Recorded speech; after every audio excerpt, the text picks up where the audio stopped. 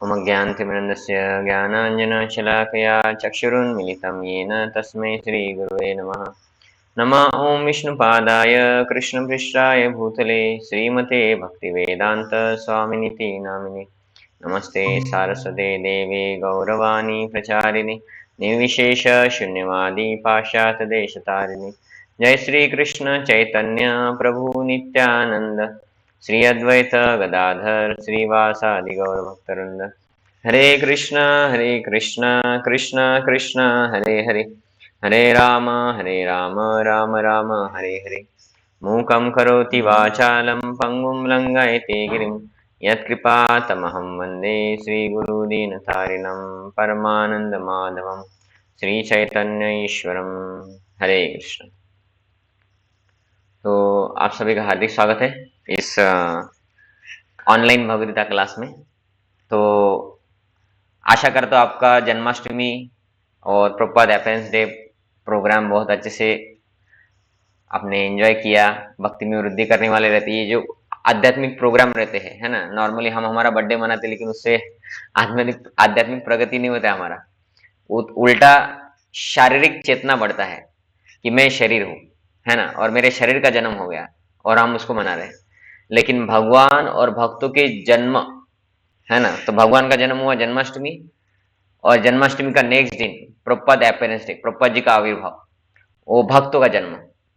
तो ऐसे जब फेस्टिवल हम मनाते हैं तो हमारा शारीरिक चेतना कम होता है और भक्ति में वृद्धि होती है, क्योंकि उसमें सभी कार्य हम क्या करते हैं, और भक्ति के लिए जो रहते हैं वही कार्य करते हैं, भौतिक कार्य कुछ करते नहीं, उल्टा ज्यादा करते हैं। तो इससे क्या होता है, ऐसे कार्य मतलब क्या, ऐसे जो उत्सव रहते हैं आध्यात्मिक, ये उत्सव को हम जब ऑब्जर्व बोलते हैं इंग्लिश में, है ना, मतलब हम पालन करते हैं, तो उपवास के साथ पालन होता है और नाम जप के साथ और सेवा। तो ये इसके साथ हमने किया, आपने किया होगा, और इससे निश्चित ही आध्यात्म हमारी जो भक्ति है उसमें प्रगति होता ही है। तो आपने मंदिर में आके या इनडायरेक्टली तन मन धन से जो भी सेवा किया, इसके लिए आप सभी का हार्दिक धन्यवाद, है ना। और अभी नेक्स्ट फेस्टिवल हमारा है राधाष्टमी, है ना, तो उसके लिए भी आप तैयारी कीजिए। आज से ही राधाष्टमी के लेक्चर सुनना शुरू करना है आपको, ठीक है। तो आज का हम भगवद्गीता क्लास शुरू करते हैं हम। तो अभी हम 12वां अध्याय देख रहे थे और पिछले बार हमने देखा था कि 12वें अध्याय की शुरुआत में अर्जुन एक प्रश्न पूछता है। किन को याद है ये प्रश्न कौन सा है? हाथ ऊपर कीजिए।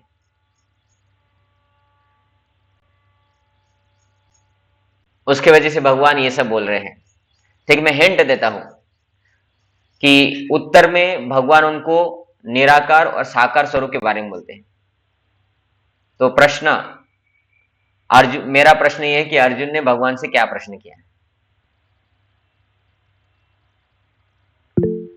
ओके, हरिनारायण प्रभु। हरे कृष्ण प्रभु जी। बोलिए। अर्जुन भगवान से पूछते हैं निराकार और साकार में किसकी पूजा करनी चाहिए और कौन जो है उत्तम है। हरि बोल, एकदम सही जवाब। तो आपने बहुत अच्छे से सुना, नो डाउट बाकी ने भी अच्छे से सुना होगा, सबका याद नहीं रहता है। मैं भी कुछ भक्तों को मिलता हूँ, उनका नाम पूछता हूँ, फिर मेरे को याद नहीं रहता है बाद में। तो नो डाउट, लेकिन ये प्रश्न था अर्जुन का, ठीक है। तो ये अर्जुन का प्रश्न नहीं था, है ना। अर्जुन का प्रश्न था भी और नहीं था, क्योंकि अर्जुन को सब पता है साकार रूप में पूजा करना चाहिए, निराकार। लेकिन अर्जुन क्या कर रहे हैं, हमारे लिए पूछ रहे हैं, क्योंकि हमें समझ में नहीं आता है। तो अर्जुन को सब पता है, अर्जुन का प्रश्न नहीं है, हमारा ही प्रश्न है, हम ऐसा भी बोल सकते हैं। हमारे लिए अर्जुन पूछते हैं, क्या पूछते हैं कि हे भगवान, आपका साकार रूप में भजन करे, पूजा करे, अर्चना करे या निराकार रूप में? तो फिर उत्तर में भगवान क्या बोलते हैं? उत्तर में भगवान बोलते हैं कि निराकार रूप में, पहले तो भगवान बोलते हैं साकार रूप में जो मेरा पूजा करता है, भक्ति करता है, वो सर्वश्रेष्ठ है। इसके अलावा भगवान ने 6वें अध्याय के लास्ट श्लोक में भी बोला है कि योगिनाम अपि सर्वेशाम मद गतेन अंतरात्मना श्रद्धावान भजते यो माम, माम मीन्स कृष्ण। कृष्ण बोल रहे मेरा जो श्रद्धा के साथ भजन करता है, समय युक्त तमो मता, वो योगियों में सर्वश्रेष्ठ है। मतलब वो भक्ति योग सर्वश्रेष्ठ है और भक्ति की योग करने वाले सर्वश्रेष्ठ योगी है। तो 6वें अध्याय में भगवान ने वो बोला था कि मेरा जो भजन करते हैं वो सर्वश्रेष्ठ है। इधर भगवान बोल रहे जो साकार रूप में मेरी पूजा करते हैं वो सर्वश्रेष्ठ है ना। और भगवान ने फिर ये श्लोक भी बोला था कि अभी मैं दिखा था आपको कि जिन लोगों के मन परमेश्वर के अव्यक्त निराकार स्वरूप के प्रति आसक्त है उनके लिए प्रगति कर पाना अत्यंत कष्टप्रद है। देहधारी के लिए उस क्षेत्र में प्रगति कर पाना सदैव दुष्कर होता है। तो इसमें आपने अगर ये मैं स्क्रीन दिखाता हूं ना, ये स्क्रीन आपका मोबाइल में फुल स्क्रीन हो जाना चाहिए, मतलब बस मेरा वीडियो दिखना चाहिए, ताकि मैं जो आपको दिखाता हूँ उसमें ये वर्ड्स जो रहते हैं वो आप जब पढ़ते हैं तो उसका इंप्रेशन बहुत डीप जाता है। तो मैं बोलूंगा, लेकिन वो मैं दिखा के इसलिए बोलता हूँ क्योंकि वो दिखने के बाद आप उसको पढ़ते हैं और मैं उसको बता भी रहा हूँ तो उसका इंप्रेशन बहुत अच्छे से ध्यान में रहता है। तो इसलिए मेरा वीडियो आप फुल स्क्रीन कीजिए ताकि आपको ये अच्छे से दिखाई दे। अन्यथा आपको क्या होगा कि मेरा वीडियो के साथ बाकी की वीडियो देखेंगे और आपको बाकी भक्त दिखने की वजह से मैं जो बोल रहा हूँ उसके ऊपर ध्यान आपका कम रहेगा, बाकी भक्त क्या है, उनका बैकग्राउंड क्या है ना, उसमें थोड़ा समय चला जाएगा आपका, वो ध्यान भटक जाता है। तो इधर भगवान क्या बोल रहे हैं कि अव्यक्त ही गतिर दुखम, है ना, अव्यक्त ही गतिर दुखम। अव्यक्त मतलब निराकार का जो भक्ति करते हैं उनके जीवन में दुख बहुत आते हैं, है ना। जिन लोगों के मन परमेश्वर के अव्यक्त रूप में, है ना, मतलब निराकार स्वरूप के प्रति आसक्त है, उनके लिए प्रकृति कर पाना अत्यंत कष्टप्रद है, उनके लिए बहुत डिफिकल्ट होता है भगवत धाम जाना। पहले क्यों डिफिकल्ट है? क्योंकि अव्यक्त निराकारवाद, निराकारवादी लोग कभी आपको बोलेंगे नहीं हमको कि भगवान के धाम जाना है, गोलोक धाम या वैकुंठ धाम। ये तो पहले समझना ही पड़ेगा, है ना। क्योंकि निराकारवाद मतलब क्या होता है? निराकारवाद मतलब कि वो लोग बोलते हैं कि भगवान का धाम है ही नहीं। भगवान फिर आते कहां से? तो बोलते भगवान निराकार है और ब्रह्म ज्योति में हमको जाना है। तो उनका जीवन का उद्देश्य भी नहीं है भगवत धाम जाना। तो आप में से कितने लोगों को आईएएस का जॉब लग सकता है कल? नहीं लग सकता है, ठीक है। आईएएस का प्रगति करने पढ़ाई करने वालों को भी 1 महीने में जॉब लग जाएगा क्या? नहीं। तो पहले तो आईएएस का पढ़ाई नहीं कर रहे लोग तो आईएएस जॉब नहीं लगेगा।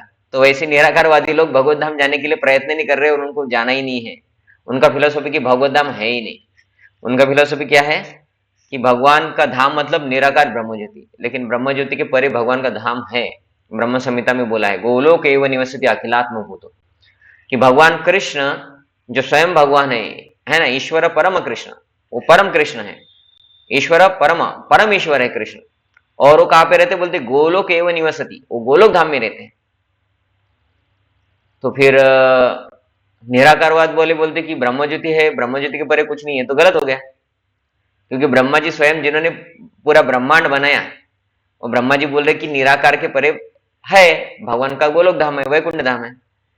लेकिन ब्रह्म संहिता में ब्रह्मा जी स्वयं बोल रहे, और भागवत में भी दिया है कि चतुष्कुमार जाते हैं भगवान को मिलने के लिए और वो उधर जय विजय को श्राप देते हैं। तो जय विजय फिर हिरण्याक्ष हिरण्यकशिपु बनते हैं, और उधर वैकुंठ धाम का वर्णन आता है भागवतम में कि उधर क्या क्या है, उधर के लोग कैसे है, स्त्रियां कैसे है ना, उधर के भगवान के क्या रूप है, रूप के बारे में वर्णन आता है कि भगवान का रूप है। तो भागवत में भगवान के रूप का वर्णन है, वैकुंठ धाम का वर्णन है। लेकिन निराकारवाद फिलोसॉफी क्या है कि भगवान मतलब निराकार और उनका धाम मतलब भी निराकार, रूप है ही नहीं, इसको बोलते हैं निर्रूप, निराकार, आकार नहीं है। तो भागवतम में दिया है, भगवान कृष्ण भी बोल रहे हैं इधर भगवत गीता में कि साकारवाद पूजा सर्वश्रेष्ठ है ना। तो अव्यक्ता ही गतिर दुखम, ऐसा क्यों बोला है? क्योंकि निराकारवाद का जो पालन करते हैं उनका उद्देश्य नहीं भगवत के धाम जाना, निराकार में जाना है, लेकिन निराकार धाम है ही नहीं, इसलिए लोग उधर जाके वापस आ जाते हैं। और भागवतम में श्लोक है उसके लिए स्पेशल। भागवतम में बोलते हैं कि जो लोग निराकार निराकार बोलते ब्रह्म ज्योति में जाते वो उधर कुछ ही समय के लिए रहते हैं, उधर शाश्वत समय के लिए कोई नहीं रह सकता, क्योंकि वो धाम नहीं है रहने के लिए। जैसे आपको बादल में भेज दिया विमान से, तो बादल में कितने समय तक रहेंगे? जब तक विमान बादल में है तब तक, विमान को कभी तो नीचे आना है। तो वैसे वो जो लोग बादल में जाके रहते हैं वो नीचे आ जाते हैं, मतलब क्या है, वो पृथ्वी पे आ जाते हैं। तो इसलिए श्लोक है भागवतम में, क्या है श्लोक? वो बोलते कि पतंती अध, पतंती अध मतलब उनका पतन होता है, ब्रह्म ज्योति में जाने के बाद भी पतंती अध, पतन होता है और वो लोग भौतिक जगत में फिर से जन्म लेते हैं। उनको शाश्वत रूप से ब्रह्म ज्योति में रहने के लिए नहीं मिलता है। तो इसका अर्थ क्या है? ब्रह्म ज्योति शाश्वत नहीं है। ब्रह्म ज्योति शाश्वत है लेकिन रहना शाश्वत नहीं है। तो रहने के लिए क्या रहता है? रहने के लिए एक धाम रहता है। वो धाम है कि नहीं है? निराकारवादी बोलते नहीं है, लेकिन साकारवादी है। और भगवत गीता में बोला है, भगवान बोलते कि मद यद गत्वा न निवर्तन्ते तद धाम परमम, मेरा एक ऐसा धाम है जहां पे जाके आप वापस नहीं आते। और निराकारवादी बोलते वो धाम है ही नहीं। तो भगवत गीता में धाम क्यों बोला है फिर भगवान ने? तो साकारवाद श्रेष्ठ है। भगवत गीता में भगवान बोल रहे हैं डायरेक्ट इधर कि अव्यक्ता ही गतिर दुखम, जिन लोगों के मन अव्यक्त यानी निराकार स्वरूप के प्रति आसक्त है उनके लिए प्रगति कर पाना कष्टप्रद है, क्योंकि वो भक्ति में प्रगति कर ही नहीं सकते, वो भगवत धाम जा ही नहीं सकते। उनका जन्म मृत्यु के चक्कर कभी हो सकता है कि बंद हो जाए, वो निराकार ज्योति में प्रवेश कर ले, लेकिन वो वापस आते फिर से जन्म मृत्यु में गिर जाते हैं। इतना ही नहीं, इस अध्याय इसका तात्पर्य भी पढ़ेंगे हम कि निराकार निराकार ऐसा बोलने वाले बड़े बड़े सन्यासी लोग आगे जाके क्या करते हैं पता है? फ्री में लोगों का इलाज करने के लिए हॉस्पिटल खोलेंगे, अनाथालय खोलेंगे, या तो पॉलिटिक्स में चले जाएंगे कि वो बोलते भगवान निराकार है, तो फिर वो व्यक्ति निराकार के प्रति आसक्त होने की जगह पॉलिटिक्स में जाके देश की सुधारना करने के लिए समाज सेवा में क्यों लग गया?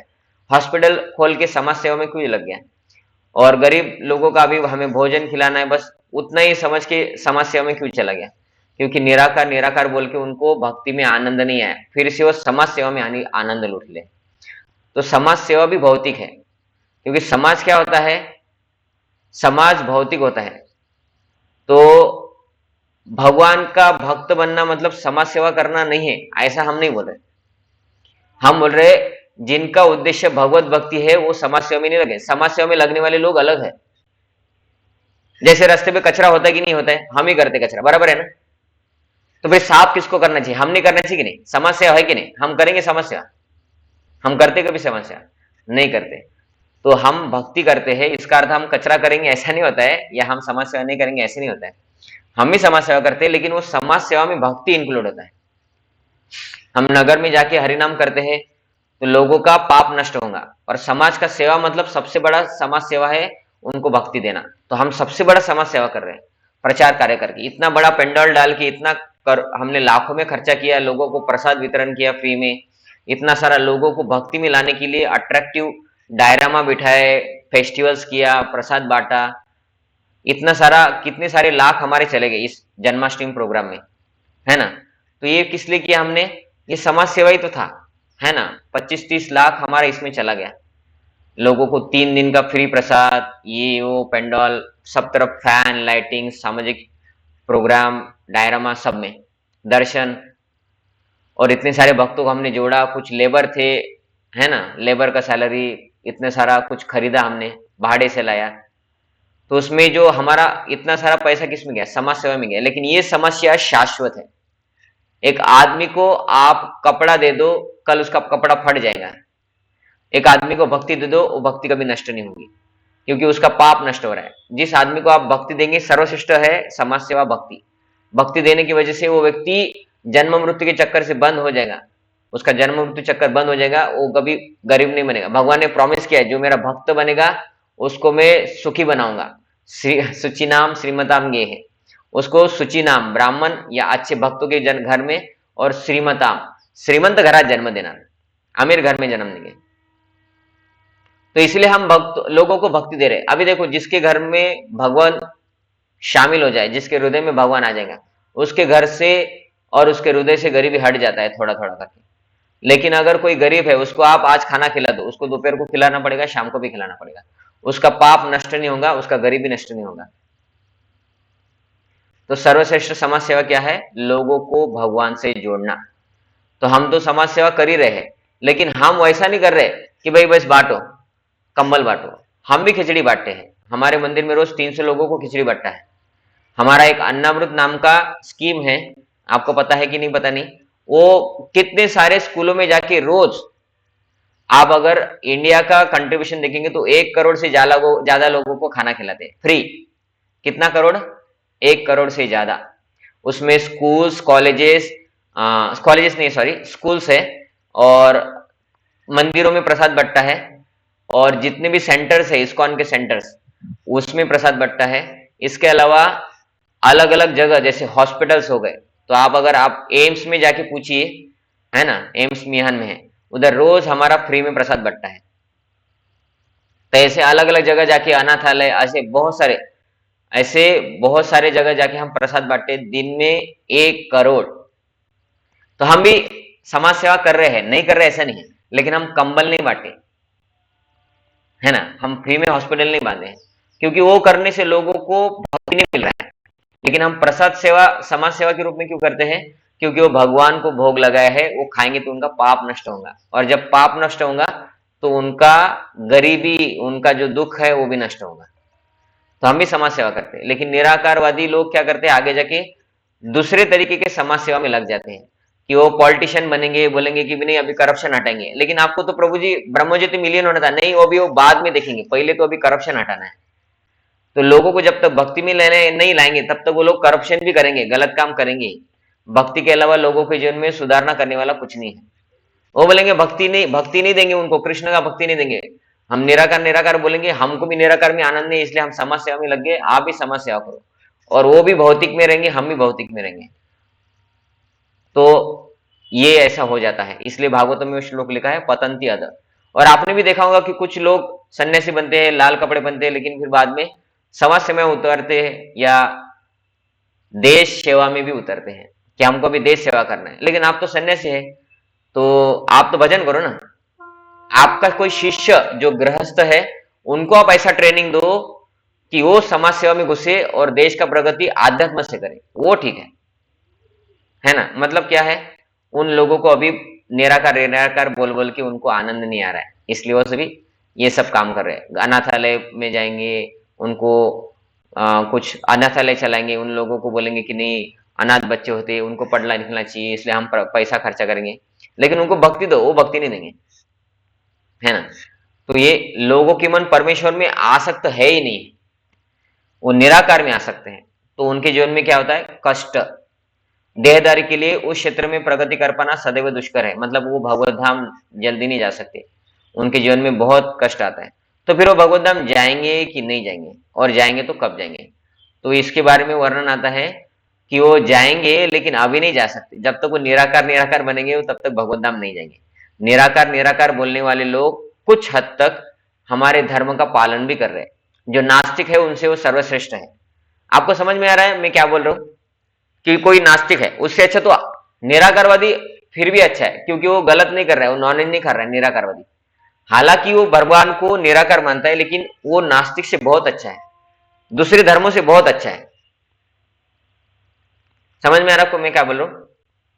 क्योंकि वो भी खुद को हिंदू बोलता है, वो भी कभी कभी कृष्ण का नाम लेगा, वो भी जन्माष्टमी मनाएगा, लेकिन बोलेगा भगवान निराकार है।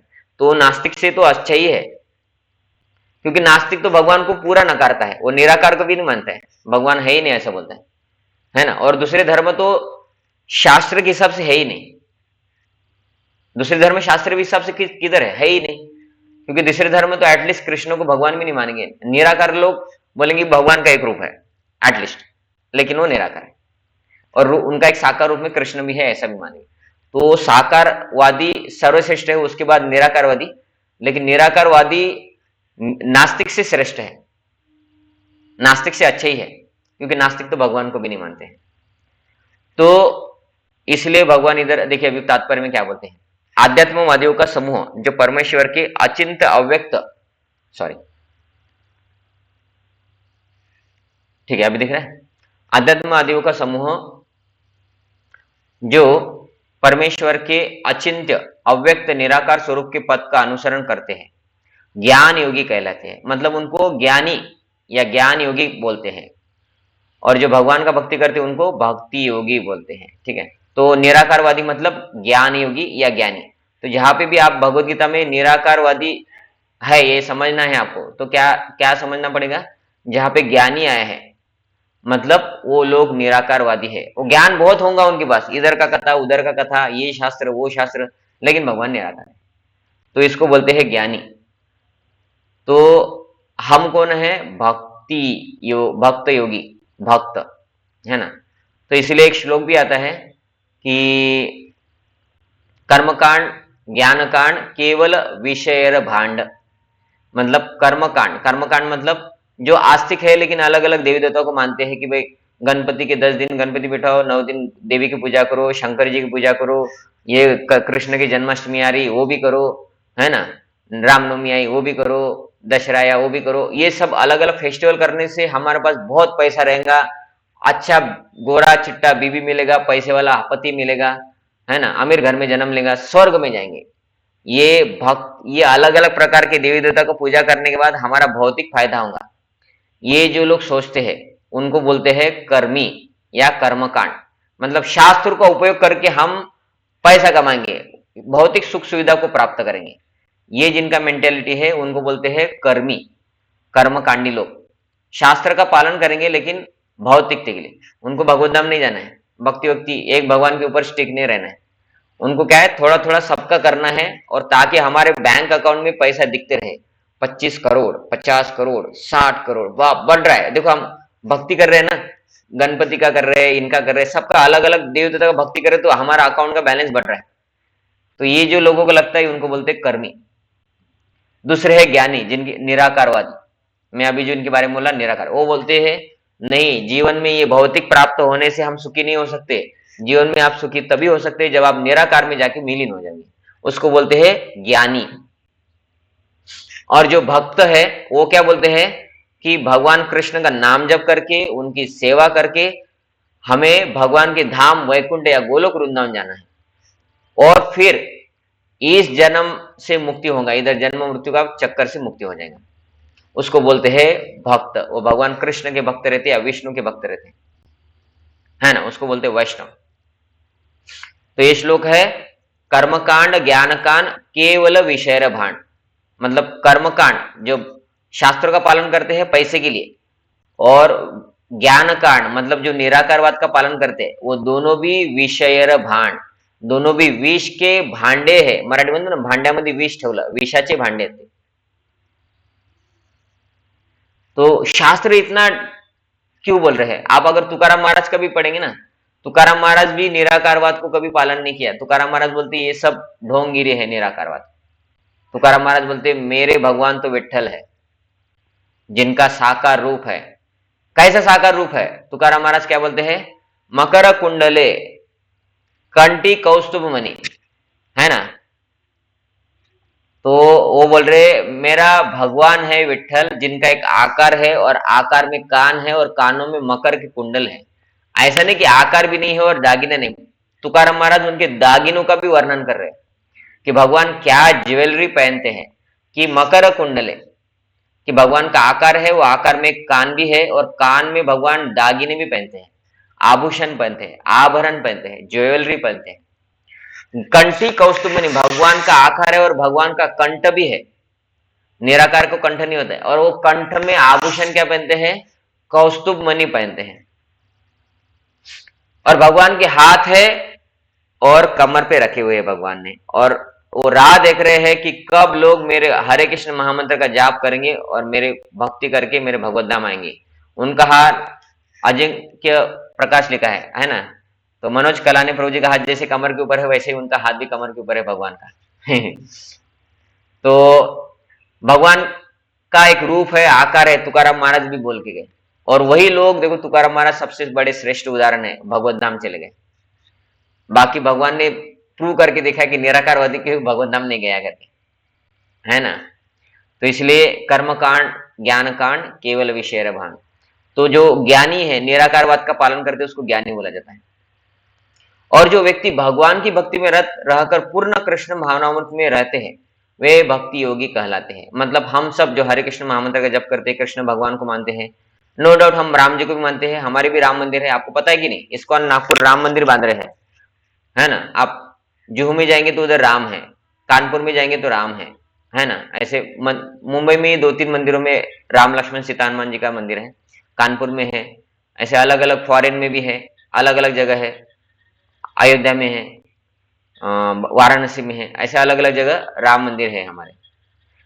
तो ऐसा नहीं कि हम राम को नहीं मानते, हम भी रामनवमी सेलिब्रेट करते हैं, अलग अलग अवतारों का भी हम सेलिब्रेट करते हैं, लेकिन सबका सभी अवतारों का हम मूर्ति नहीं बांध सकते। वह वराह अवतार क्यों नहीं आपके मंदिर में, है ना?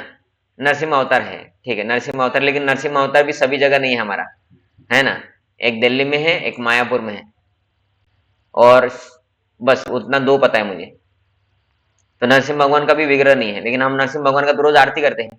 तो ऐसा नहीं कि हम राम भगवान को नहीं मानते, मानते हैं, लेकिन विग्रह रखना, उनकी सेवा पूजा करना, ये बहुत कठिन है, और ये कलयुग का नियम नहीं है विग्रह रख के सेवा पूजा करना। इसलिए मंदिरों में विग्रह हम कम रखते हैं, नहीं तो हम दशावतार का पूजा करेंगे फिर तो, है ना, उनकी उनकी पत्नियों के साथ, राम लक्ष्मण सीता हनुमान, है ना, ऐसा सबका। तो हम कृष्ण क्यों रखते हैं? क्योंकि कृष्ण सभी अवतारों के स्रोत है, इसलिए। तो हम भक्ति योगी कहलाते हैं, जो इन सभी अवतारों के मानते हैं, भगवान के दशावतार को मानने वाले। यहाँ पर ज्ञान योग तथा भक्ति योग, इनके बारे में यहाँ पर ज्ञान योग तथा भक्ति योग में निश्चित अंतर बताया है। ज्ञान योग का पद मतलब निराकार पद यद्यपि मनुष्य को उसी लक्ष्य तक पहुंचाता है, किंतु ये अत्यंत कष्टकारक, जबकि भक्ति योग भगवान की प्रत्यक्ष सेवा होने के कारण सुगम है और देहधारी के लिए स्वाभाविक भी है। देखिए इधर लिखा है कि ज्ञान योग ये यद्यपि मनुष्य को उसी लक्ष्य तक पहुंचाता है, मतलब भगवान तक ही पहुंचाने के लिए। तो ज्ञानी क्या बोलेंगे? भगवान है। निराकारवादी बोलेंगे भगवान है लेकिन रूप नहीं है। तो भगवान तक पहुंचाने के लिए है, लेकिन कष्टप्रद है, क्योंकि वो भगवान कृष्ण तक नहीं पहुंचा सकते। क्योंकि मैं बताया ना आपको, जो आईएएस के लिए प्रयत्न करेगा उनको एक दिन आईएएस लगेगा अभ्यास करने के बाद। जिनका लक्ष्य नहीं है उनको कैसे मिलेगा? नहीं मिलेगा। और जिनका अभ्यास कम है उनको भी नहीं मिलेगा। तो इसीलिए क्या है, अगर आपको कृष्ण प्राप्त करना है तो लक्ष्य कृष्ण होना है, उसके लिए अभ्यास कृष्ण का ही करना पड़ेगा। आपको आईएएस क्रैश करना है तो आईएएस का ही पूरा दिन पढ़ाई करना पड़ेगा, तब आप आईएएस बन सकते हैं। वो भी कितने तो भी सालों तक, 50। कोई लोग क्या करते हैं, उनका एज लिमिट रहता है, तब तक वो प्रयत्न करते रहते हैं, मतलब 2-2, 3-3, 4-4, 5-5 साल, 6-6 साल तक प्रयत्न करते हैं, और वही प्रयत्न रहता है, आईएएस आईएएस आईएएस, खाना पीना सोना आईएएस, खाना पीना सोना आईएएस। किसी का शादी है, मैं नहीं आ सकता, मुझे प्रयत्न करना, पढ़ाई करना है। किधर ये हो रहा है, ये साफ सफाई करना है, रूम शिफ्ट करना है, वो बोलते मैं पढ़ाई करूंगा, आप रूम सब शिफ्ट कर देना। तो मतलब वो इतना एक लक्ष्य रहते हैं अपने लक्ष्य को प्राप्त करने के लिए। तो भौतिक जगत में भी भौतिक कोई लक्ष्य प्राप्त करने के लिए एक लक्ष्य होना पड़ता है। तो इसलिए भगवान कृष्ण है, और कृष्ण को प्राप्त करना है तो भगवान कृष्ण का ही भक्ति करना पड़ेगा। आप बोलेंगे मैं ये भी करूंगा, ये भगवान का पूजा, तो भगवान तो पहली बात वो है ही नहीं, वो देवता है अलग अलग, तो उनका रोल अलग है, भगवान ही की है। और वो देवी देवता नहीं बोला है कि भगवान कृष्ण का ही भक्ति करना चाहिए। तो जब हम हमारा लक्ष्य एक नहीं है, तब हमको एक भी भगवान नहीं प्राप्त होगा। कोई भगवान प्राप्त होंगे? कोई नहीं प्राप्त होगा। और हम अगर देवी देवता की पूजा करें, हम बोलेंगे देवी देवता की पूजा करेंगे और देवी देवता को प्राप्त करेंगे। पहली बात, कलयुग में कोई देवी देवता किसी के साथ, किसी के ऊपर प्रसन्न होकर कुछ दिया नहीं है, ठीक है। और और प्रसन्न भी हुए होंगे तो भौतिक ही देंगे, ऐसा है। कोई देवदेवता को आप प्रसन्न करके कुछ भी मांगो, फॉर एग्जाम्पल हिरण्यकशिपु ने ब्रह्मा जी को प्रसन्न किया, तो ब्रह्मा जी ने उनको क्या दिया? भगवान का धाम दिया। उसने भौतिक मांगा और उनको भौतिक ही दिया, मैं मरू ना। वो बोला मरू ना, ऐसा नहीं होता है, बोलते मैं भी अमर नहीं हूं।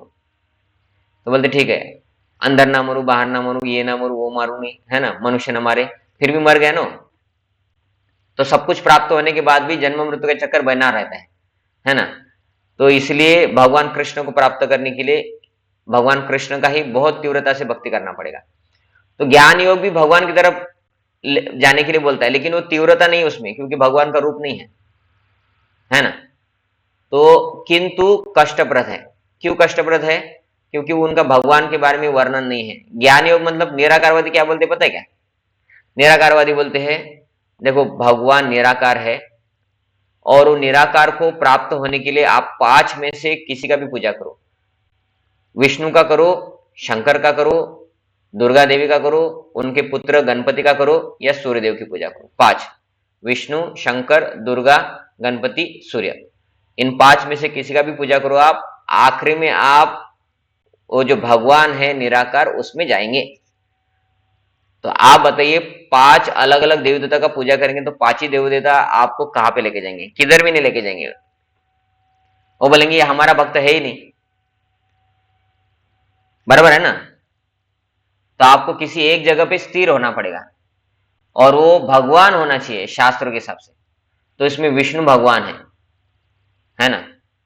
तो इसलिए निराकारवाद भी निश्चित रूप से साकारवाद है, निश्चित रूप से आध्यात्म है, या एटलीस्ट नास्तिक लोगों से अच्छे हैं कि वो भगवान है ऐसा बोल रहे हैं। और वो भी पाप करने के लिए नहीं बोलेंगे आपको, लेकिन वो वैसे बस पाप नहीं करेंगे और निराकार बोलेंगे तो भगवान कृष्ण प्राप्त नहीं होंगे, क्योंकि उनके लिए स्पेशल पढ़ाई करना पड़ेगा, है ना ऐसा। किंतु इसलिए कष्टकारक है। जबकि भक्ति योग भगवान की प्रत्यक्ष सेवा होने के कारण इसमें आपको प्रत्यक्ष समझ में आ रहा है कि भगवान कृष्ण है और आपको बोल रहे कि भगवान का जन्मदिन आ गया है, अभी सेवा करो, उनका नाम जप करो, हरे कृष्ण हरे राम। तो हम भी राम का नाम लेते हैं। तो अभी हमारा लक्ष्य क्या हो गया, एक स्थिर हो गया कि हमें ये लक्ष्य में जाना है कि आप नागपुर से निकले और आपको जाना था वर्धा। तो नागपुर से आपको वर्धा जाने का रास्ता नहीं है और आपको कोई बोला प्रभु जी आप निकलो और कोई भी रास्ते से बाहर जाओ, आप वर्धा ही पहुंचेंगे। ये हो गया निराकारवाद। मतलब आप 5 में से किसी भी भगवान का पूजा करो, आप भगवान को पहुंच जाओगे। हम बोलेंगे नहीं, वर्धा रोड ये है और ये रास्ते जाना है, वो व्यक्ति पहले प्राप्त करेगा बिना कष्ट के। निराकारवादी कब प्राप्त करेंगे, निराकारवादी भटकेंगे भटकेंगे भटकेंगे, कुछ भी गाँव आ गया तो बोलेंगे ये वर्धा है क्या, वो बोलेंगे नहीं ये अजनी है। तो फिर आगे जाके घूम घूम घूम घूम दूसरी जगह जाएंगे, वो बोलेंगे ये वर्धा है क्या, बोले ये धंतुली है। फिर आगे जाएंगे घूम घूम घूम बुट्टीपुरी जाएंगे, है ना, वातोड़ा जाएंगे, जामटा जाएंगे, इधर मानेवाड़ा जाएंगे, बोलेंगे मिल ही नहीं रहा है। फिर एक कोई बोलेगा देखो भगवान का साकार रूप है और साकार रूप को प्राप्त करने के लिए ये मार्ग है, ऐसा व्यक्ति बोलेगा देखो तुम गलत हो गए हो, तुम निराकार में थे, है ना, तुम किसी की कोई भी मार्ग धारण कर रहे थे। आपको वर्धा जाना है, वर्धा का मार्ग ये है, ये रास्ते से सीधा वर्धा जाओ। और व्यक्ति जब उस रास्ते पे गाड़ी डालता है तो सीधा वर्धा पहुंचता है। तो हो गया साकारवाद, भगवान कृष्ण है, उनकी पूजा करने से भगवान को प्राप्त होंगे। तो इधर वो क्या बोल रहे हैं कि जब की भक्ति योग भगवान की प्रत्यक्ष सेवा, भगवान कृष्ण है उनकी सेवा करो, डायरेक्ट पहुंच जाओगे कि नहीं। तो इसलिए सुगम है। और देहधारी के लिए मतलब हम जैसे लोगों के लिए, तो हम जैसे लोग मतलब जिन जो देह में है उनके लिए स्वाभाविक है, भक्ति करना स्वाभाविक है। आपको अगर हम बोलेंगे कि निराकार है, तो निराकार का जन्माष्टमी मना सकते हैं क्या, बताओ आप बताइए, निराकार का जन्माष्टमी कब है नहीं है। ठीक है, निराकार को भोग लगाना है, लगाइए भोग। निराकार का भोग लगा सकते आप, आकार ही नहीं है, किधर भोग लगाएंगे।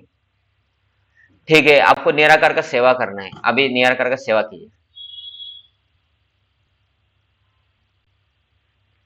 ठीक है, मैं बोलता हूं निराकार का स्मरण कीजिए, कीजिए स्मरण निराकार का। अब मैं बोलता हूं आपको भगवान कृष्ण का स्मरण कीजिए, कर सकते हैं। लेकिन निराकार का स्मरण करना है आपको, ये कष्ट होगा कि नहीं आपको कि कुछ है ही नहीं, उसका स्मरण कैसे करेंगे, जिस जो दिखाई नहीं दे रहा है उसके बारे में वर्णन नहीं है कुछ। वर्णन क्या है कि उनका कुछ शरीर नहीं है, उनका कुछ आकार नहीं है, और वो हमारे समझ के परे है, जिन जो हमारे समझ के परे उसका स्मरण करो अभी आप। तो इसलिए वो भगवान को प्राप्त नहीं होते, वो बोर हो जाते, बोलते करे किसका, बोलते वो बोलते आपको कुछ नहीं हो रहा है, मोमबत्ती लगाओ, उसके सामने बैठो, बस कुछ तो करो। तो बोलते वो भी बोर हो रहा है। ठीक है, आपको इस्कॉन मंदिर में लेके जाएंगे, भगवान के सामने बिठाएंगे और आप अभी हरे कृष्णा जप करो, आपका मन लगेगा कि नहीं लगेगा।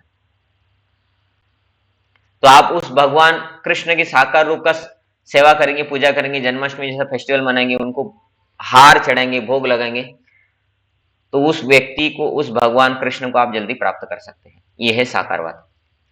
तो इसलिए वो बोल रहे हैं कि भक्ति योगी ये है देहधारी, मतलब हमारे जैसे, और हमारे जैसे लोगों के लिए वो भक्ति योग सर्वश्रेष्ठ है, क्योंकि निराकार कष्टप्रद है। जीव अनादिकाल से देहधारी है, मतलब हमारे पास कितने तो भी साल से क्या हो गया, हम देह में, मतलब क्या है कि हम जन्म मृत्यु ले ही रहे हैं, और सैद्धांतिक रूप से उसके लिए यह समझ पाना अत्यंत कठिन है कि वह यह शरीर नहीं है। और हमें ये समझना बहुत कठिन है, हम भक्ति में आने के बाद भी हमें समझ में नहीं आ रहा कि हम शरीर है, शरीर नहीं है, हमको समझ में नहीं आ रहा है। हम बोल देते हैं, पढ़ाते भी है, लेकिन बोलते नहीं प्रभु जी हम शरीर ही है करके, है ना, ऐसा भी हो जाता है कभी कभी। तो हमारे लिए बहुत कठिन है कि हम शरीर नहीं है समझना। लेकिन अभी भगवान इस्कॉन में आने की वजह से हम बाहर के लोगों से तो अच्छे ही समझ गए, इसलिए हम उपवास करते हैं कि हमको समझ में आता कि उपवास करने से कोई मरता नहीं है, क्योंकि हम आत्मा है करके, और आत्मा कभी मरता नहीं है ना। इतना उपवास करके इतना सेवा किया भक्तों ने, आज भी भक्तों का नींद कंप्लीट नहीं हो रहा है, क्योंकि वो 2 दिन का नींद बाकी है और खाना भी नहीं खाया था, तो उसके वजह से वीकनेस भी है, तो उसके वजह से नींद आ रहा है। कुछ लोगों की तबीयत भी खराब हो गई होंगी। तो ये शारीरिक चेतना से ऊपर जाके ये सब किया है ना हमने। भौतिकवादी लोग करेंगे, उनको बोलेंगे कि भाई एकादशी आ गया उपवास करो, वो बोलेंगे क्या जरूरत क्या है, पेट खराब हो जाएगा उपवास करने से, है ना। उनको बोलेंगे निर्जल करो, नहीं ये होता है वो होता है वो होता है। जवान लोग भी नहीं करेंगे। हालांकि ठीक है, कुछ लोगों का कुछ बीमारी रहता है तो उसमें वो निर्जल नहीं कर सकते, लेकिन एकादशी व्रत का तो पालन करो, भगवान का नाम जप करो, उसमें क्या दिक्कत है। तो बोलते नहीं करना है हमको, है ना। दारू पियो, सिगरेट पियो, उससे पेट खराब नहीं होता क्या, उससे तबीयत खराब नहीं होता क्या, वो जो होता है तो भी चलता है। बाहर का इधर उधर का कुछ भी खाओ, रास्ते पे गिरा हुआ, वो पूरे सड़क से गाड़ियां जा रहे, धूल उड़ रहा है, वो उसके ऊपर जाके गिर रहा है, उधर हम बस खा रहे हैं, बोलते चौपाटी है ये, है ना, तालाब के बाजू में, वो चलता है। तो वो हाइजेनिक नहीं है फिर भी चलता है, तो उनका मन कंट्रोल नहीं है। इसलिए हम लोगों को बोलते बाहर का खाया मत करो, घर का ही खाया करो, भगवान को भोग लगा के अपने हाथ से बना के। तो लोग बोलते हैं कि नहीं नहीं उपवास करने से ये हो जाएगा वो हो जाएगा, मतलब क्या है, शारीरिक चेतना पे हम अभी उपवास कर रहे हैं, मतलब शारीरिक चेतना से ऊपर चले गया, भगवान के लिए हम कर रहे हैं अभी, है ना। तो ये इस्कॉन में आने का हमारा फायदा है। तो अतएव भक्ति योगी कृष्ण के विग्रह को पूजते हैं, क्योंकि उसके मन में कोई अन्य शारीरिक बोध न कोई शारीरिक बोध रहता है जिससे उस रूप में प्रयुक्त किया जा सकता है। तो बोल रहे कि कृष्ण भक्त क्या करते हैं, भगवान विष्णु की या कृष्ण की विग्रह रूप में सेवा करते हैं, और उनमें मन में उसी का स्मरण हो सकता है। निसंदेह मंदिर में परमेश्वर के स्वरूप की पूजा मूर्ति पूजा नहीं होती। ये मूर्ति पूजा नहीं है, ये विग्रह है ना। हम जो कर रहे हैं, ये रास्ते पे से कोई पत्थर उठा के लेके आके उसको सिंदूर चढ़ा दिया और नारियल फोड़ना शुरू कर दिया, ऐसा है क्या? बताइए, ऐसा है क्या? या हमारे मन से कुछ तो आकार कर दिया और उसकी पूजा करना शुरू कर दिया, ऐसा है? नहीं है। तो हम क्या करते हैं, शास्त्रों के हिसाब से भगवान का जो आकार है वो आकार का विग्रह बनाते हैं, और वो आकार का विग्रह का प्राण प्रतिष्ठा, मतलब वो भगवान का प्राण उस विग्रह में लेके भी आते हैं। उसके लिए शास्त्रों के हिसाब से जो विधि होती है उसको बोलते हैं प्राण प्रतिष्ठा समारंभ। वो प्राण प्रतिष्ठा समारंभ भी हम शास्त्र के हिसाब से करते हैं, उसमें हरि नाम जप, नाम जप प्रमुख है। नाम जप जब हम करते हैं तो भगवान उसमें पहले आते हैं, तो उसके हिसाब से हम करते हैं। और उसके बाद भी वो भगवान है, और शास्त्रों के हिसाब से उनका आकार बनाया, और शास्त्रों के हिसाब से जब हम उनका प्राण प्रतिष्ठा करते हैं तो उधर आते हैं, और उनकी हमें सेवा वैसे ही करना चाहिए कि वो भगवान है। उनको समय पे भोग लगना चाहिए, उनको समय पे सुलाना चाहिए, उठाना चाहिए, सब कुछ। ठंडी है तो स्वेटर पहनाना, ये सब करते हैं हम। आपने देखा होगा ना, विग्रह को हम स्वेटर पहनाते हैं विंटर में, है ना।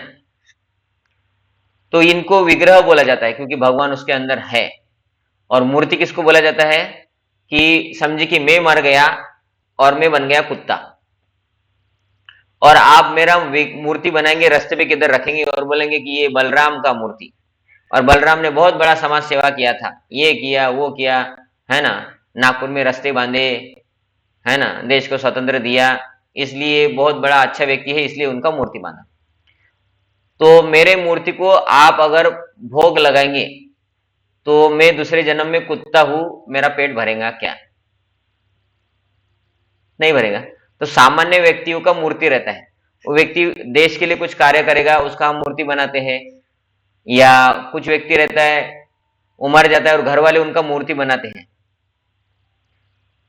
तो अभी उनकी मूर्ति को या उनके फोटो को भोग लगाएंगे तो वो उन तक, वो अगले जन्म में अगर कुत्ता बिल्ली कुछ बनाए तो उनके पास पहुंचेगा क्या, उनका पेट भरेगा क्या?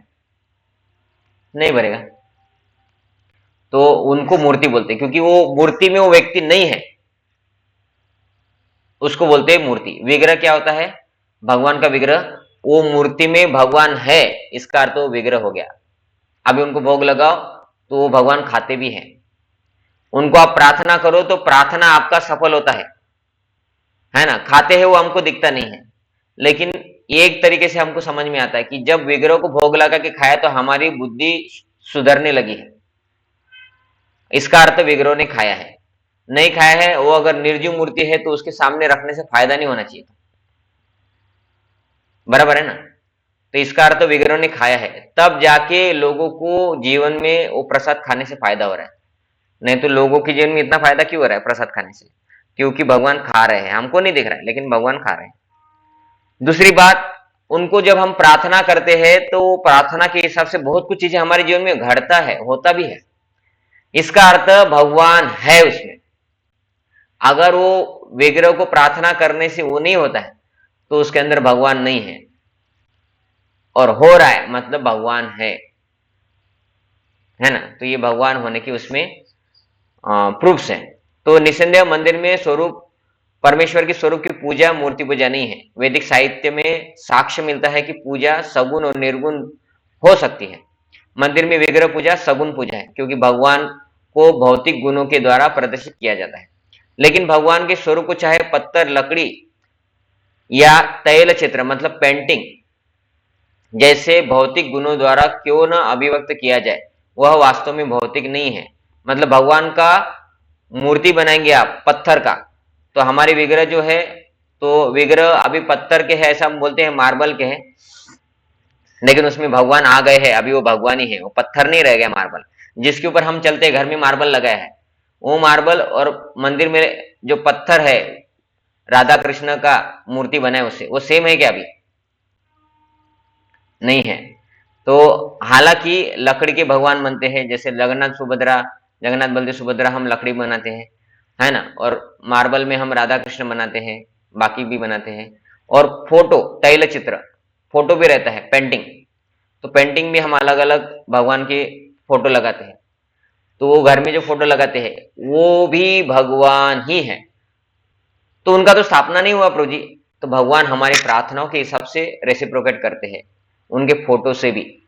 और हम मर जाएंगे तो हम भी हमारे फोटो से रेसिप्रोकेट नहीं कर सकते कुछ भी, कि भाई मैं मर गया और मेरे घर वाले ने बोला कि भाई बलराम तू मर गया और तेरा लैपटॉप हमको यूज करना है, तेरे लैपटॉप का पासवर्ड बताओ, मेरे फोटो को प्रार्थना किया, तो उनको पासवर्ड पता चलेगा?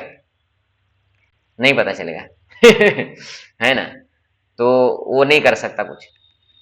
इसलिए लोग मरने से पहले विल लिख के जाते हैं। मरने से पहले पुत्र भी अपने पिताजी को बोलते हैं जितना भी प्रॉपर्टी हमारे नाम पे करके जाओ, अभी आप मर जाएंगे, कभी भी मर सकते हैं, है ना। तो आपका मरने का हमको दुख नहीं है, लेकिन प्रॉपर्टी आप हमारे नाम पे करने से पहले मर गए तो दुख है। हम तो चाहते हैं कि आप हमारे नाम पे प्रॉपर्टी करो और तुरंत मर जाओ, ये उनका बोलना होता है ना। तो नो डाउट सभी ऐसे भी नहीं रहते हैं, कुछ अच्छे भी रहते हैं, लेकिन भगवान का फोटो भी भगवान है ऐसा इधर बोल रहे हैं। और परमेश्वर की यह परम प्रकृति है, ये जो भगवान का विग्रह है ये परम प्रकृति है, मतलब ऐसे ही भगवान भगवत धाम में रहते हैं। यहाँ पर एक मोटा उदाहरण दिया जा सकता है कि सड़कों पे किनारे पत्र पेटिका होती है, जिनमें यदि हम पत्र डाल दे तो वे बिना किसी कठिनाई के अपने गंतव्य स्थान पर पहुंच जाते हैं। लेकिन यदि कोई पुरानी पेटिका या उसकी अनुकृति कहीं दिखे जो डाकघर द्वारा स्वीकृत न हो, तो उसके वही कार्य नहीं हो सकता, उससे वही कार्य नहीं हो सकता। तो ये उदाहरण क्या दे रहे हैं कि हम बाहर पोस्ट ऑफिस दिखते हैं तो उधर लाल डब्बा लगा रहता है, तो लाल डब्बे में पत्र डालते हैं, नागपुर से पत्र डाला तो अमरावती तक जाता है, जो भी एड्रेस उसमें दिया है। लेकिन अभी हम क्या करेंगे, इस्कॉन मंदिर के बाहर है ना, वैसे एक नया डब्बा लगा के देंगे, वैसे ही सेम, क्योंकि सेम सेम हम कुछ भी बना सकते ना, बराबर है ना, एक जैसे दिखने वाला। तो वैसे ही हम किसी व्यक्ति से वैसा ही डब्बा बना के इस्कॉन मंदिर के बाहर लगा देंगे, उसके ऊपर भी लिखेंगे डाकघर करके। अभी लोग उसमें पत्र डालेंगे तो वो अमरावती कब पहुंचेंगे? पहुंचेंगे? नहीं पहुंच सकते, क्योंकि वो ऑथराइज नहीं है। तो जो भगवान है उन्हीं का भक्ति करने से भगवान तक हम पहुंचेंगे। लेकिन इधर विग्रह के बारे में बोला है कि जो विग्रह ऑथराइज है, जिनका प्राण प्रतिष्ठा हुआ है, वो विग्रह का सेवा पूजा करने के बाद, है ना, ही हमारी प्रार्थना भगवान तक पहुंचती है और वह भगवान से हमारे लिए आशीर्वाद आता है, हमारी सेवाएं भगवान तक पहुंचती है, आशीर्वाद आता है।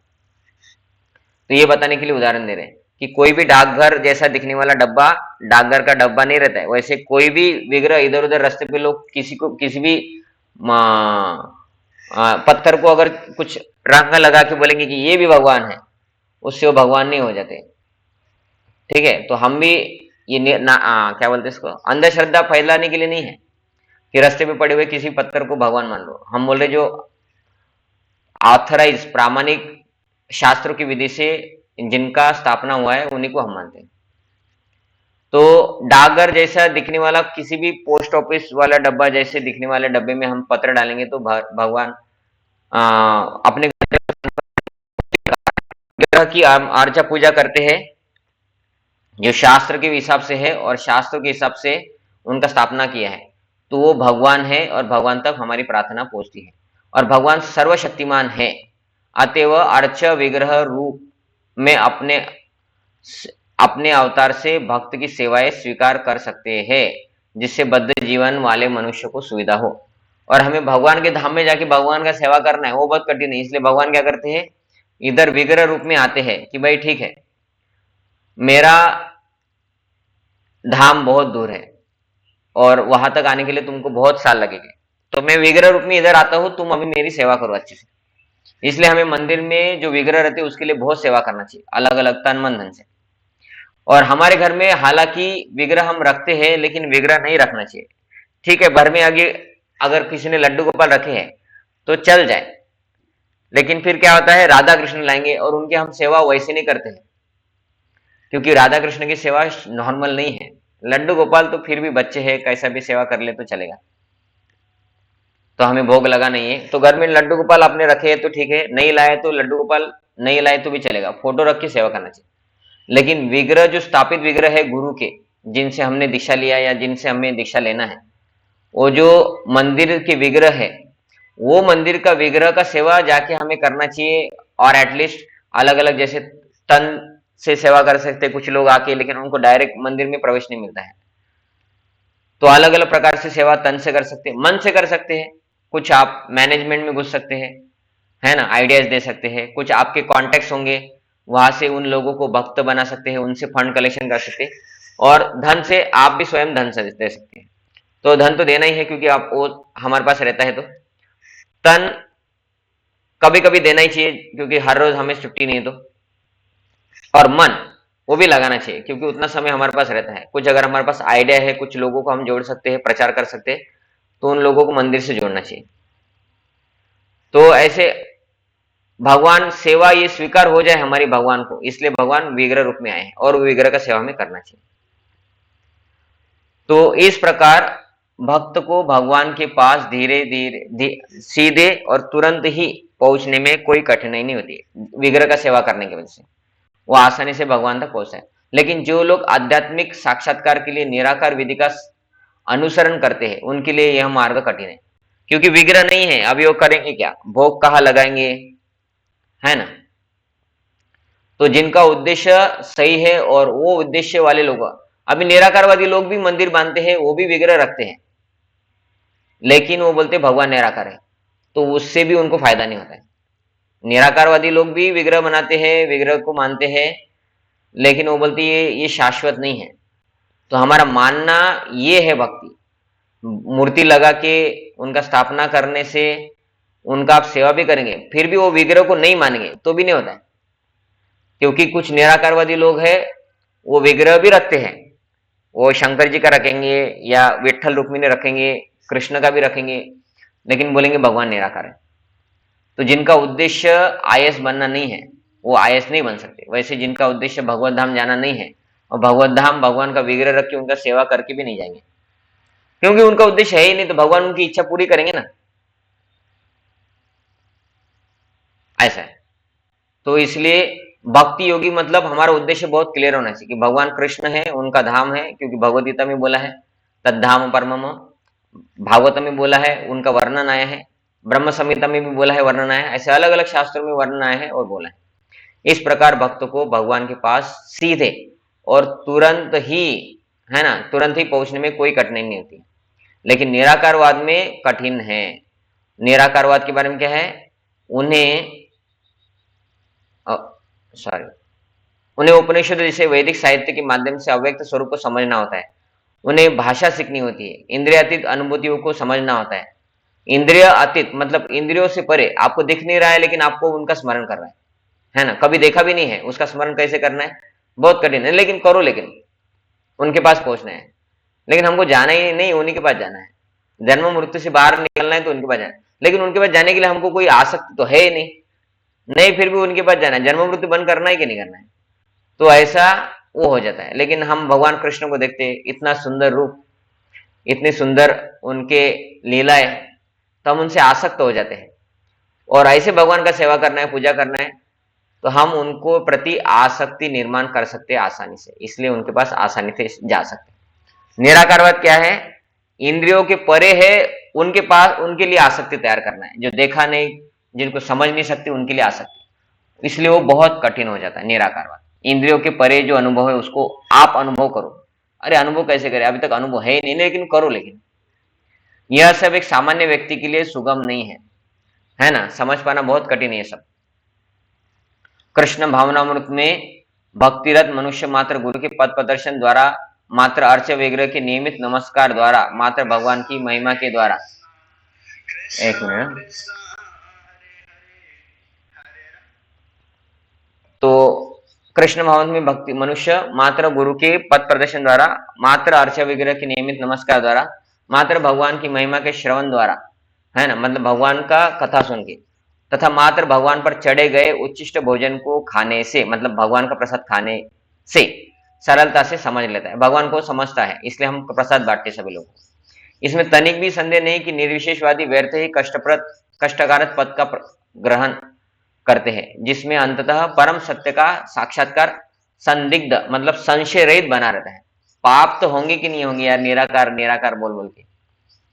तो निराकारवाद में भगवान को प्राप्त करना संशय बना है, वो लोगों के मन में भी रहता है, लेकिन वो बोल नहीं सकते, क्योंकि इतने दिन से हम निराकार बोल रहे हैं। अभी हम बोलेंगे कि भाई हम गलत थे, ये भी नहीं बोल सकते।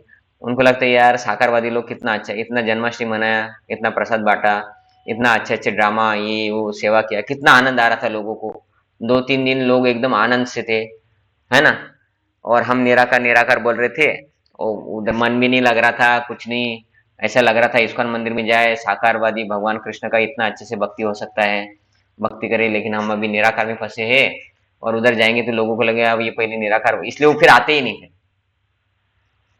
लेकिन वो फ्रस्ट्रेट हो गए, उनके जीवन में बहुत दुख आता है। वो देखते भक्ति इतना अच्छा जबरदस्त है ना, एकादशी गुलाब जामुन खा रहे और दूसरे दिन फिर नॉन एकादशी गुलाब जामुन भी थे इस्कॉन मंदिर में, है ना, तो वो भी खा रहे हैं, इतना अच्छा प्रोग्राम होता है इनका साकारवाद में, हम फालतू में निराकारवाद में फंसे हैं तो इसलिए उनके मन में संदिग्ध रहता है, संशय बना रहता है। लेकिन किंतु साकारवादी मतलब सगुणवादी बिना किसी संकट या कष्ट के या कठिनाई के भगवान के पास सीधे पहुंच जाते हैं। ऐसा ही संदर्भ श्रीमद् भागवत में पाया जाता है। यहाँ कहा गया है, यदि अंततः भगवान की शरण में जाना ही है तो कोई ब्रह्म है, एक मिनट, तो यदि कोई ब्रह्म क्या है और क्या नहीं है, इसी को समझने का कष्ट आजीवन उठाता रहता है, तो इसका परिणाम अंततः कष्टकार होता है। तो ये निराकारवाद में क्या बोलते हैं, ये ब्रह्म है, ये ब्रह्म नहीं है, ये ऐसा कठिन कठिन है ना समझ दिलाने का वो प्रयत्न करते हैं, उससे हमें क्या समझ में आएगा, हम तो पागल हो जाएंगे ऐसा बोल बोल के, है ना। तो इसलिए इसमें बहुत कष्ट होता है, और ये साधारण व्यक्ति के लिए पॉसिबल ही नहीं है।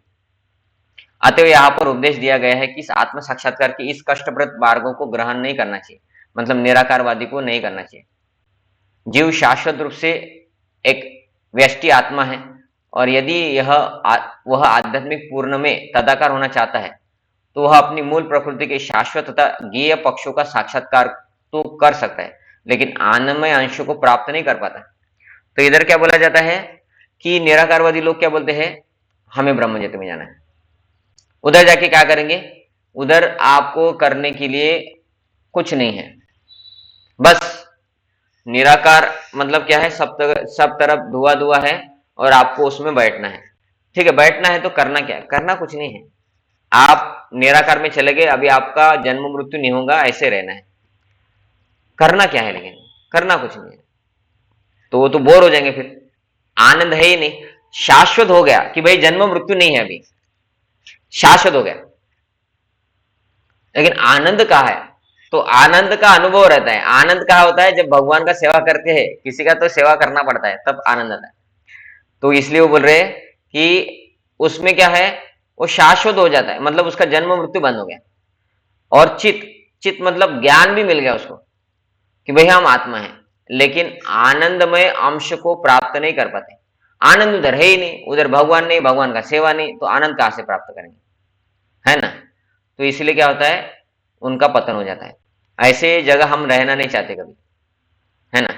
ऐसा आध्यात्मवादी जो ज्ञान योग में अत्यंत विद्वान होता है, किसी भक्त के अनुग्रह से भक्ति योग को प्राप्त होता है। तो ऐसे निराकारवादी लोग कभी कभी फिर इस्कॉन मंदिर जैसे मंदिर में आते हैं, भगवान का प्रसाद खाते हैं, भक्तों से कुछ कथाएं सुनते हैं, उनको समझ में आता है अरे निराकारवाद श्रेष्ठ नहीं है, ठीक है अभी मैं छोड़ता हूं और साकारवाद में आता हूं, और फिर वो भक्त बनते हैं और फिर वो भगवत धाम जाते हैं। तो निराकारवादी भगवत धाम जाने का ये मार्ग है, उनको बाद में साकारवाद में आना ही पड़ेगा, है ना? तो ऐसे बहुत सारे उदाहरण है। स्वयं जिसने भागवतम को बोला, है ना, जिन्होंने भागवतम को बोला वो है सुखदेव गोस्वामी। पता है आपको? जिन्होंने भागवतम को बोला वो है सुखदेव गोस्वामी, है ना? सॉरी ये मैं दिखाई नहीं का। ऐसा अध्यात्मवादी जो ज्ञान योग में अत्यंत विद्वान होता है, किसी भक्त के अनुग्रह से भक्ति योग को प्राप्त होता है। मतलब जो निराकारवादी है, ज्ञान योगी मतलब निराकारवादी, वो भी किसी भक्त के अनुग्रह से भक्ति योगी बनता है, मतलब साकारवाद में चला जाता है। तो उसका उदाहरण क्या है? तो उसका उदाहरण है स्वयं सुखदेव गोस्वामी। सुखदेव गोस्वामी के बारे में वर्णन आता है कि वो पहले निराकारवादी थे, जंगल में बैठ के जंगल में चले गए, बोले भौतिक जगत में नहीं रहना हमको। तो उनके पिताजी उनको लेके घर आने का प्रयत्न किए, वो आ ही नहीं रहे थे, बोलते ये घर गृहस्थी करना बहुत दुख होता है, मुझे निराकार में जाना है। तो उनके पिताजी भगवान व्यास, वो भगवान के अवतारी है, उन्होंने क्या किया, अपने शिष्यों को भेजा, 2 शिष्यों को भेजा, उनको बोला तुम ये श्लोक बोलना, और दूसरे को बोला तुम ये श्लोक बोलना। और दोनों श्लोक क्या थे? भगवान कृष्ण के बारे में वर्णन था कि भगवान, एक था अहो बकीयम स्तन कालकोटम, कि भगवान कृष्ण है और वो ऐसे है कि उनको मारने के लिए आई हुई पुतना राक्षसी को भी उन्होंने उद्धार करके भगवत धाम का प्राप्ति दिया। और दूसरा श्लोक मुझे याद नहीं आ रहा है, तो ऐसे भक्ति युक्त 2 श्लोक बोले। तो वो निराकारवादी जो सुखदेव गोस्वामी है, वो बोले अरे भगवान का साकार रूप है और ऐसे इतने अच्छे प्रेम प्रदान करने वाले कि जिनको मारने वाले जो राक्षस आते हैं उनको भी वो भगवान के धाम में लेके जाते हैं, भगवान का धाम भी है, तो मैं क्या निराकार में पढ़ा हूं। और उसके बाद सुखदेव गोस्वामी अपने घर में आए और व्यास जी ने उनको पूरा भागवतम सिखाया, और व्यास जी ने उनको भागवतम सिखाया और वो बहुत अच्छे भक्त बने। और उनके बाद सुखदेव गोस्वामी ने परीक्षित महाराज को भागवतम सुनाया। तो स्वयं सुखदेव गोस्वामी निराकारवाद से साकारवाद में चले गए, क्योंकि साकारवाद श्रेष्ठ है और उनको पता चला कि श्रेष्ठ है। चतुष कुमार भी निराकारवादी थे, वो जो वैकुंठ में गए, भगवान का दर्शन किया, अरे भगवान का तो आकार होता है। उसके बाद भगवान के चरणों पे लगाई हुई तुलसी का स्मेल किया, उसके बाद वो भक्त बने, और उसके बाद उन्होंने भी भागवतम किया कि भगवान का रूप है करके। तो ऐसे बहुत सारे लोग हैं जो निराकारवादी थे, आध्यात्म में आके भक्ति योगी बने हैं और साकारवाद को उन्होंने पालन किया है, क्योंकि निराकारवाद में उनको कष्ट ही प्राप्त हो रहा था। ठीक है, यहाँ पे हम रुक जाते हैं क्योंकि हमारा समय समाप्त हो गया। हमको 8:30 बजे रुकना था, लेकिन ये बहुत लंबा पैराग्राफ था, इसलिए हमने उसको कंटिन्यू कर दिया। तो आपका किसी का कुछ प्रश्न है तो आप प्रश्न पूछिए, अन्यथा हम यहाँ पे रुक जाते हैं।